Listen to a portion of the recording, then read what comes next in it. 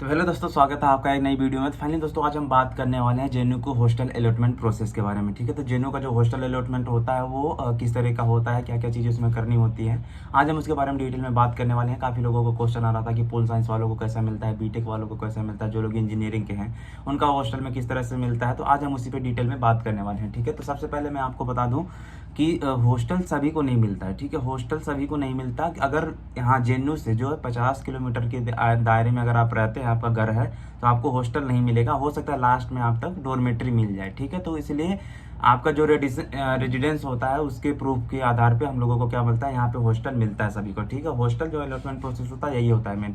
ठीक है, अब देखो, दो चीज़ें यहाँ पे हो गई। एक तो उन लोगों को नहीं मिलता जो 50 किलोमीटर के दायरे में आते हैं। ठीक है, और उससे जो दूर के होते हैं, अगर उनका क्या कहते हैं, सर्टिफिकेट वैलिड है कि हाँ वहाँ के रह रहे हैं, तो आपको 100% मिलेगा। ठीक है, मतलब कि 50 किलोमीटर के बाहर से, जैसे आप यूपी बिहार से हो गए, तो उन सबको मिलेगा जो जो भरते हैं। ठीक है, अब बात आती है कि मिलता कैसे, उसमें क्या प्रोसेस होता है। तो देखो, पहले जो डीयू पहले, अब तो डीयू और जेएनयू बीएचयू सब एक में करवाने लगे सीयूईटी से।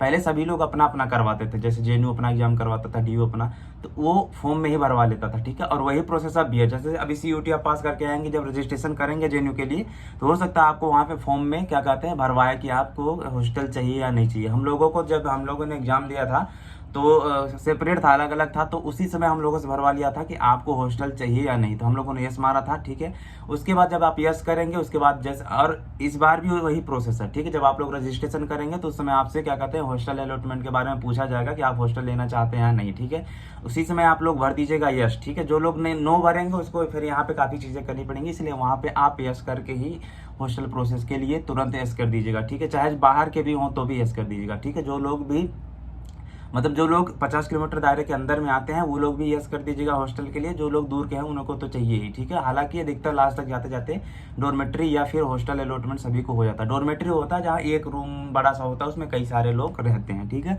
और हॉस्टल रूम अलॉटमेंट मतलब एक 2 सीटर रूम होते हैं जिसमें एक में 2 लोग रहते हैं। और पीएचडी वालों को भी अलॉट हो जाता है। कोई ऐसा नहीं है कि पोल साइंस वाले इस हॉस्टल में रहते हैं, संस्कृत वाले इस हॉस्टल में, हिंदी वाले इस हॉस्टल में, ऐसा बिल्कुल नहीं है। अब कहीं भी जहाँ पे सीट खाली रहती है उसके अनुसार से 4-4 5-5 बच्चे कहीं पर भी भेज दिए जाते हैं। हो सकता है एक ही डिपार्टमेंट के 4-5 बच्चे एक भी हॉस्टल में जाए, ऐसा होता भी है। ठीक है, परंतु ये मत सोचो कि एक ही पूरा, जैसे 30 लोगों का एडमिशन हुआ तो सभी को यहाँ पे भेजा जाएगा, ऐसा नहीं है। ठीक है, कि 18 हॉस्टल है जेएनयू में, कोई भी हॉस्टल आपको मिल सकता है, तो इस चीज़ का विशेष ध्यान रखना।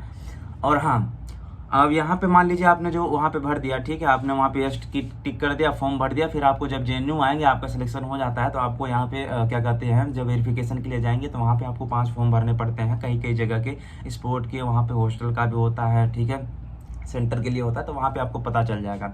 उसमें जब आपका हॉस्टल अलॉटमेंट का जो होगा तो वहाँ से लिस्ट जाती है एडमिन में। ठीक है, जहाँ पे डीन बैठते हैं हॉस्टल अलॉटमेंट वाले, तो वहाँ से फिर आपका नाम चढ़ाया जाता है। तो वहाँ से आपको लिस्ट निकलती है। लिस्ट जब निकलेगी, इसमें लिस्ट में नाम होगा, तो नाम के साथ आपके हॉस्टल का भी नाम लिखा रहेगा। ठीक है, ध्यान देना, हॉस्टल जब आप फॉर्म भर देंगे तो वहाँ से जब लिस्टों की नाम निकलती है, रैंक वाइज निकलती है, जिस हिसाब से आपका रैंक रहता है वैसे ही आपकी लिस्ट आएगी। ठीक है, ईडब्ल्यूएस की अलग आती है, ओबीसी की अलग, एससी की अलग, एसटी की अलग। ठीक है, तो सबकी अलग अलग आती है। तो जिस भी कैटेगरी में आप होंगे, जिस कैटेगरी में आपने फॉर्म भरा होगा, उसी कैटेगरी के अनुसार आपको हॉस्टल मिलेगा। ठीक है, लिस्ट आएगी, हॉस्टल में आपका नाम, ठीक है, रोल नंबर लिखा रहेगा, आपका नाम लिखा रहेगा, और किस हॉस्टल में आपको अलॉट हुआ है वो लिखा रहेगा।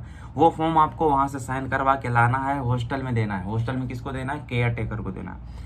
केयर टेकर को देना है। केयर टेकर तो आपको बताएगा कि ये रूम खाली है, आप जाके देख लीजिए। ठीक है, जब आपको नंबर मिल जाएगा रूम का कि 4 5 10 जितने भी खाली होंगे रूम, उसमें रूमों में जाना है, आपको देखना है कौन सा रूम बढ़िया है आपके लिए। ठीक है, जो रूम आपके लिए बढ़िया होगा वो रूम आप सेलेक्ट कर लीजिए कि हाँ मेरे को ये रूम लेना है, और जाके केयर टेकर को बता दीजिए कि हाँ यहाँ पे मेरे को ये रूम पसंद आया है, मैं इस रूम में शिफ्ट होना चाहता हूँ। ठीक है, और उस रूम में जो अगर कोई जैसे 2 सीटर होता है तो कोई पहले से रह रहा है तो उनसे भी बात कर लीजिए, जिससे आपकी ट्यूनिंग बढ़िया से बनी रहे।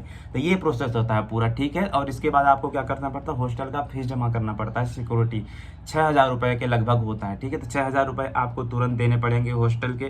ठीक है, सिक्योरिटी के तौर पे, जो बाद में आपको 4,450 रुपये वापस हो जाती है। ठीक है, जब आप हॉस्टल छोड़ेंगे।